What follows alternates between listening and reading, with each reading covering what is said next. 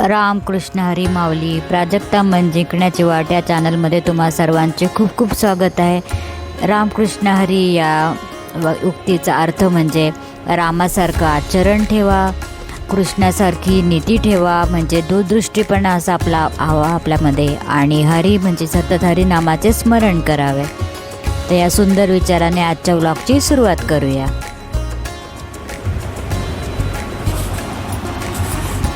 आज आपण ब्रंच करणार आहोत, म्हणजे हाच आयटम आपला ब्रेकफास्ट आणि लंच. तर मस्त खमंग खुसखुशीत असे थालीपीठ बनवणार आहोत. यासाठी मी गव्हाचे पीठ, बेसन पीठ, थोडे ज्वारीचं पीठ, थोडंसं बाजरीचं पीठ, असे आपल्या घरात जेवढी पीठ अवेलेबल असेल तसे थोडे थोडे सगळे घ्यायचे आहेत आणि मिक्स करून घ्यायचे सगळे. खरं म्हणजे मी भाजणीचं थालीपीठ नेहमी बनवते, पण सध्या माझी भाजणी संपली आहे. आता मी जेव्हा माझी भाजणी भाजेल ना, ते पण मी तुम्हाला दाखवेल. ते पण खूप चविष्ट होतात. आणि भाजणी नसेल तर आपण असे पण थालीपीठ सहज करू शकतो. घरातले सगळी पिठं मस्त अशी मिक्स करून घ्यायची, जेवढी अवेलेबल आहे तशी. आणि कणिक थोडी जास्ती ठेवायची, गव्हाचं पीठ थोडं जास्ती ठेवायचं आहे, म्हणजे बॉन्डिंग छान होतं. त्याचं बाइंडिंगसाठी आपल्याला बरं पडतं. कणकेचे जरा जास्ती प्रमाण ठेवायचं.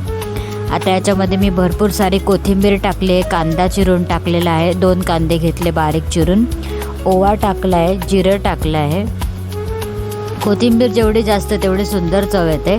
नंतर लसूण मिरची असं ठेचून टाकले, थोडंसं जिरं पण ठेचायला घेतलं होतं.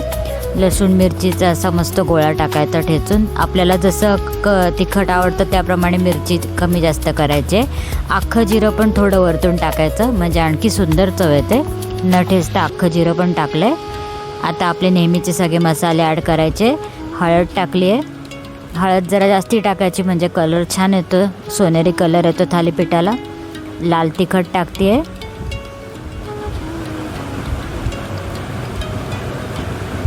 धणे जिरे पूड टाकली आहे. हे आपल्या आवडीनुसार आपण कमी जास्त करू शकता. थोडीशी साखर आणि चवीनुसार मीठ.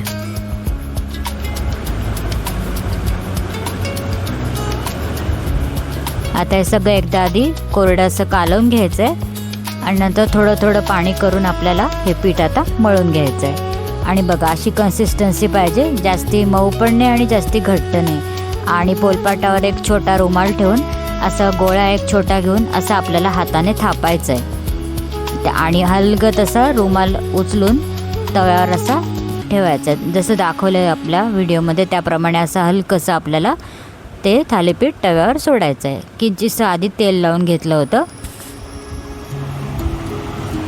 आणि ही प्रॅक्टिसने जमतं. आधी छोटे छोटे थालीपीठ करून पाहिजे आणि आता सराट्याने किंवा उलटण्याने असे भोकं पाडून घ्यायचे. भोकाचं थालीपीठ तुम्हाला माहीत असेल ना, आपली आजी नेहमी म्हणायची भोकाचं थालीपीठ करायचं. तसं हाताने भोकं पाडायला गेलं तर तव्याला चटके बसतात, म्हणून आपण असं उलटण्यानेच त्याला भोकं पाडून घ्यायचे, म्हणजे आतपर्यंत थालीपीठ छान शिजतं. आणि बाजूने थोडंसं तेल सोडून घ्यायचं आहे, म्हणजे ते लगेच सुटून येतं. हे पहा, असं आता मस्त आपल्याला खमंग खरपूस असं भाजून घ्यायचं आहे. आणि उतरवायच्या वेळेला एकदा साजूक तूप पण टाकून छान शेकवून घ्यायचं आहे, आणखी पौष्टिक म्हणतं. साजूक तूपही तेवढं मग आपल्या पोटात जातं. हे पहा, आता पुन्हा एकदा कसं थापायचं दाखवते तुम्हाला. असं गोळ्या हाताने थापत थापत जायचं आहे. सेंटरपासून बाहेरच्या बाजूला असं थापायचं आहे, म्हणजे सगळीकडे एकसारखं छान थापलं जातं. नाहीतर मग मध्ये जाड आणि पातळ बाजूला असं नको व्हायला. असं 4 बोटाने जोर देत देत हलक्या हाताने थापून घ्यायचं आहे. प्रॅक्टिसने जमतं, 1-2दा केलं ना की छान आहे. पण साजूक तूप मी आता लावून घेतलं आहे. लास्टला होत आलं की साजूक तूप लावून एकदा पलटवून घ्यायचं आहे छान. आणि खरपूस खमंग असे भाजून घ्यायचे आहेत छान.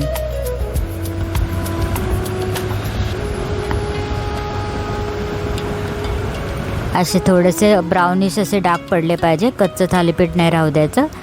थोडंसं तुम्ही झाकून ठेवलं तरी काही हरकत नाही. हे पहा, खमंग खुसखुशीत असे आपले थालीपीठ तयार झालेत आता मस्त. गरमागरम थालीपीठ इकडे आमचे चालू होतच आले आता सगळे. एकदा तवा तापला की फटाफट 2 मिनिटात थालीपीठ तयार होतात.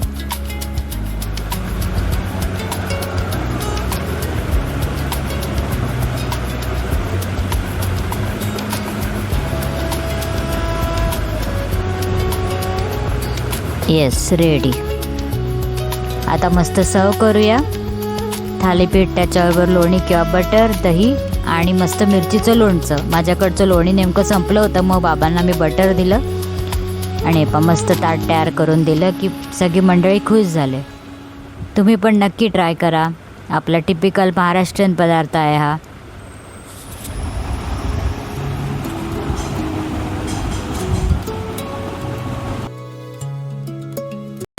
Good evening friends. प्राजक्ता मन जिंकण्याची वाट या चॅनलमध्ये तुम्हा सर्वांचं खूप खूप स्वागत आहे. तर कालच्या माझ्या वाढदिवसाच्या व्लॉगला तुम्ही खूप छान भरभरून प्रतिसाद दिला. Thank you so much. खूप छान वाटलं मला. व्लॉग सगळ्यांना खूप आवडला. आम्ही पण खूप छान एन्जॉय केला. कालचा दिवस खूप छान गेला.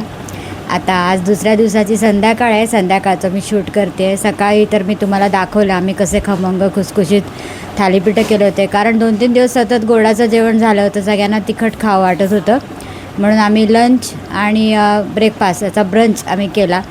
आणि थालीपीठ खाऊनच पोट भरलं सगळ्यांचं. तर लंचला मग दुसरं काही बनवायची गरजच पडली नाही. तोच ब्रंच झाला आमचा.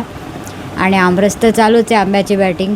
आणि संध्याकाळी आई आता स्पेशल तिचे खानदेशची रेसिपी आम्हाला दाखवते आहे, डाळ आणि दशम्या. तर ते कसं करायचं त्याची कृती तुमच्याबरोबर आता मी शेअर करते आहे. डाळ दशम्या करण्यासाठी आपल्याला मुगाची डाळ वापरायची आहे. तर मुगाची डाळ अंदाजे मी 2 वाट्या छोट्या घेतल्या आहे. ती छान स्वच्छ धुवून घेतली. इकडे आता मस्त खमंग फोडणी करते आई. पहिले तेल टाकलं, नंतर तेल तापल्यावर मोहरी टाकली. मोहरी तडतडल्यावर हिंग टाकलं आणि नंतर लसूण असे कापून घेतले. 7-8 पाकळ्या लसूण बारीक तुकडे केले. कढीपत्ता आणि 3 मिरच्या एकाचे 2 असे भाग करून टाकलेले आहे. आता हे मस्त लसूण असं आपल्याला तेलामध्ये छान आधी परतून घ्यायचे.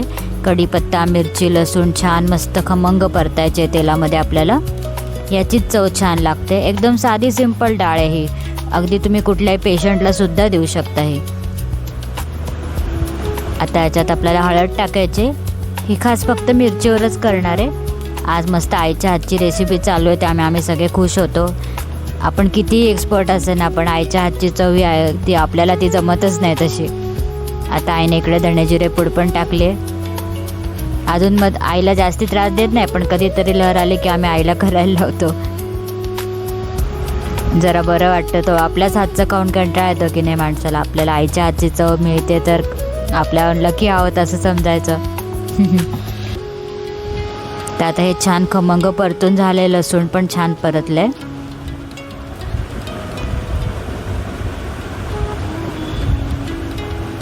हे आता चवीनुसार आईने मीठ टाकून घेतले आणि आता धुतलेली डाळ पाण्यासकट टाकली. अंदाजे पाणी घेतलं. आपल्याला खूप पातळ पण नाही करायचं आणि खूप घट्ट पण नाही करायचं. डाळीच्या दुपटीने मी पाणी घेतलं आहे. म्हणजे 2 वाट्या डाळ होती तर 4 वाट्या पाणी घेतलं आहे. आणि याला झाकण नाही ठेवायचं आपल्याला. अशी ओपनमध्येच आता हे आपल्याला छान उकळून घ्यायचे. आणि गॅस आपण तिथेच उभं असेल तर गॅस फुल ठेवला तरी हरकत नाही. अक्षरशः 5 मिनटात मूग डाळ शिजून येते. सगळ्यात शेवटी मग आपल्याला कोथिंबीर टाकायची. आता ही डाळ छान मस्त रटरट अशी शिजू द्यायची आहे. छान उकळते 5 मिनटात ते.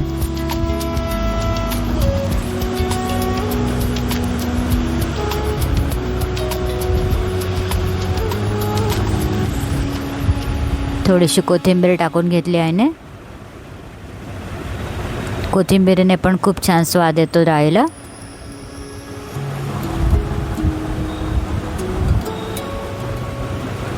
हे आता उकळी यायला लागले. अधूनमधून चेक करत राहायची. डाळ आपल्याला खूप शिजू पण द्यायची नाही आहे.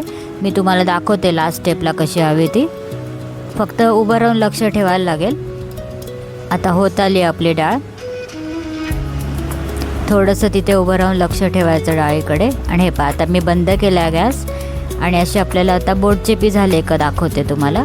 हे अशी दबली गेली पाहिजे बस. त्याचं पूर्ण वरण नाही होऊ द्यायचं आपल्याला. थोडीशी अशी डाळ आपल्याला दिसली पाहिजे. आणखी 5 मिनटं ठेवलं असतं तर मग वरणच तयार होईल. म्हणून ते लगेच बंद करायचे. म्हणून तिथे उभं राहणं जरुरी आहे. अक्षरशः 5 मिनटात डाळ तयार. आता आपण दशम्या करायला घेऊया. गव्हाचं पीठ घेतलं आणि त्याच्या पावपट फक्त आपल्याला बेसन पीठ टाकायचं आहे. अगदी बेसन पीठ थोडं कमीच घ्यायचं आहे. गव्हाचं पीठ जास्ती घ्यायचं आहे. म्हणजे समजा 5 चमचे गव्हाचं पीठ असेल तर 1 चमचा बेसन पीठ. आणि त्याच्यामध्ये भरपूर सारा ओवा आता हातावर असं चुरून टाकायचा आपल्याला. ओव्याने एकदम खमंग चव येते दशम्यांना.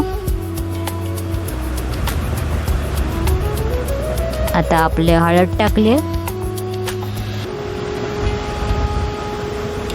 आज सगळं आईच्या हातचं जेवण आहे आपल्याला, मस्त डिनर. मी फक्त शूट घ्यायचं काम केलं आज. हे पा लाल तिखट टाकलं, जरा झणझणीतच बनवते आई. आणि मोहन टाकलं आहे तेलाचं. साधं नुसतं गरम करायची गरज नाही, असंच तेल आपल्याला टाकायचं सेंटरला. आणि थोडी कोथिंबीर, साखर आणि मीठ पण टाकून घेतलं आहे.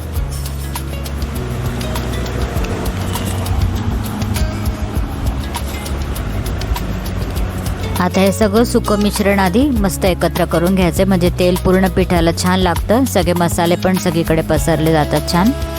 आणि नंतर आपण नेहमी जसं पीठ मळतो ठेपल्यासाठी तसं मळून घ्यायचं आहे, थोडं थोडं पाणी टाकून.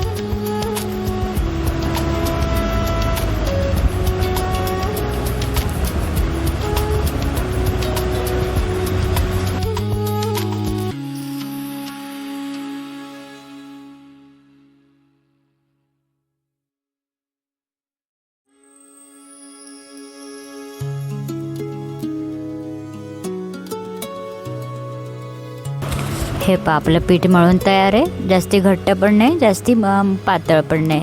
आता हे आपण कसं लाटायचं ते दाखवते. आधी छोट्या पुरी इतकं लाटून घ्यायचं आणि असं मध्ये आपल्याला तेल लावायचं आहे आणि आपण घडीच्या पोळ्या करतो ना तसं लाटायचं आहे. हे पा असं त्रिकोण करून घ्यायचा आणि आता आपल्याला लाटून याला गोल करायचं आहे, म्हणजे याला छान लेअर सुटतात आणि खुसखुशीत होतं आतून एकदम. आणि प्रवासात नेतो ना आपण तेव्हा ते चांगलं टिकतं पण मग त्यामुळे. तर घडीच्या पोळ्यांसारखं लाटायचं आहे. आता याला हळूहळू लाटत जायचं आणि आपलं नेहमी ठेपला लाटतो तसं लाटून घ्यायचं. आता तुम्हाला त्रिकोणी आकार ठेवायचा तर तुम्ही त्रिकोणी पण आकार ठेवू शकता, तुमच्या आवडीप्रमाणे. गोल किंवा त्रिकोणी कसंही आकार घ्या, चव मस्त येणार हे मी खात्री देते तुम्हाला. आता सगळीकडनं एकसारखं व्यवस्थित लाटून घ्यायचं, काठ जाड नाही राहू द्यायचे.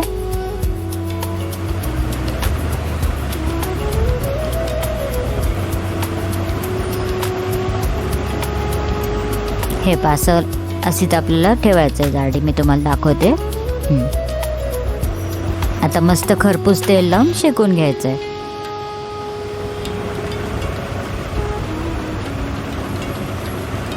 हे पा आपले मस्त गरम गरम दशम्या तयार. खूप सुंदर झाला होता चवीला सुद्धा. हे पा आता मी सुकी शेंगदाण्याची चटणी, लोणचं आणि आपली डाळ, मुगाची डाळ याच्यावर मी सर्व केलं आहे. तुम्ही पण नक्की एकदा ट्राय करा. खमंग खुसखुशीत डाळ दशम्या, अस्सल खानदेशी मेनू. खूप छान झाला त्या चवीला. तुम्ही पण नक्की करून बघा आणि मला रिव्ह्यू पण द्या. हां,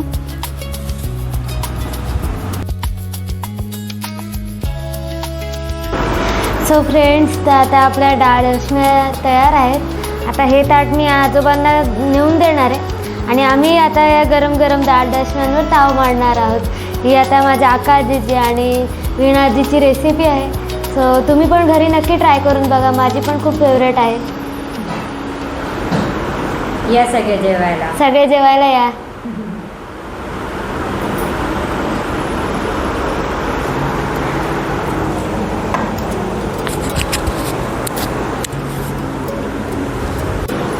कालचा बुके बघा अजूनही किती सुंदर टवटवीत राहिला आहे. निशिगंधाची फुलं अजून फुलत आहेत. आणि सुट्टी जुई पण फ्रीजमध्ये आम्ही ठेवली होती राहिलेली, आज सगळी वाहून टाकली. जी सुंदर दिसत आहेत, देवाचं पसंत. आणि घर एकदम सुगंधी झालं आहे, मस्त घर. AC लावल्यामुळे ना इतका सुंदर वास येतो आहे, खूप छान दिसतंय. त्या फुलाचा सुगंध इतका मन प्रसन्न करतो ना. कालचा दिवस पण मस्त सुगंधी फुलांमुळे आमचा छान गेला एकदम. फुलांचं फार वेड आहे, सगळे फुलवेड आहेत आमच्या घरामध्ये. आणि आता जर AC चालू आहे ना त्यामुळे तो घरभर वास मस्त येतो आहे आणि त्याचं रिटेन्शन खूप छान आहे. जुईची फुलं दादरला एक्सलंट मिळतात. चला आता गरमागरम तव्यावरचे मस्त गरम गरम आम्ही डाळ दशम्या एन्जॉय करतो. तुम्ही पण एक डिनरला रेसिपी नक्की करून बघा. या ज्या डाळ दशम्या आपण आत्ता केल्या ना, या खास खानदेशची रेसिपी आहे. आणि याला डाळ दशम्याबरोबर धपाटे पण म्हणतात. आणि त्या तिकडे ना प्रवासामध्ये जाताना हे कायम बनवलं जातं. या चांगल्या 3-4 दिवस पण टिकतात. प्रवासामध्ये दशम्या बांधून द्यायची पूर्वीपासूनची पद्धत होती. आणि याच्याबरोबर मला आठवतं जळगावला मी सुट्टीमध्ये गेली ना की माझी आजी त्याच्याबरोबर गिलक्याची, दोडक्याची म्हणजे शिराळ्याची भाजी, नंतर पडवळची भाजी डाळ टाकून खूप छान कॉम्बिनेशन लागतं. तसंच कैरीचं लोणचं, मिरचीचं लोणचं, चटण्या कशाबरोबरही मस्त लागतो. तोंडी लावणं कुठलं तरी एक घ्यायचं आणि डाळ दशम्या आता असतातच. आपली मुगाची फोडणीची डाळ केली आणि काय काय लोकांना भाजी लागतेच, तर त्यांच्यासाठी हे कॉम्बिनेशन खूप छान. तो गिलक्याची भाजी किंवा शिराळ्याची भाजी किंवा पडवळ डाळ टाकून करायची. मी त्याची पण रेसिपी शेअर केली मागच्या व्लॉगमध्ये आहे. ती डाळ न टाकता केली तरी चालेल, पण अफलातून कॉम्बिनेशन लागतं. तर मला तर खूप आवडतं हे. तर अक्का आजीकडे मी गेली की कायम तिला हे करायलाच लावायचे आणि तिथे सतत हे बनतच राहायचं. डाळ दशम्या फेवरेट आयटम आहे सगळे तिकडे. ताईला म्हटलं आज तू करून दाखव सगळ्यांना, नवीन रेसिपी आपण सगळ्यांबरोबर शेअर करू. त्याच्या पण माझ्या खूप आठवणी आहे जळगावच्या. एकदम नॉस्टॅल्जिक फील आला. छान दशम्यांचा खमंग परतताना वास आला ना, पार जळगावला मन जाऊन पोचलं.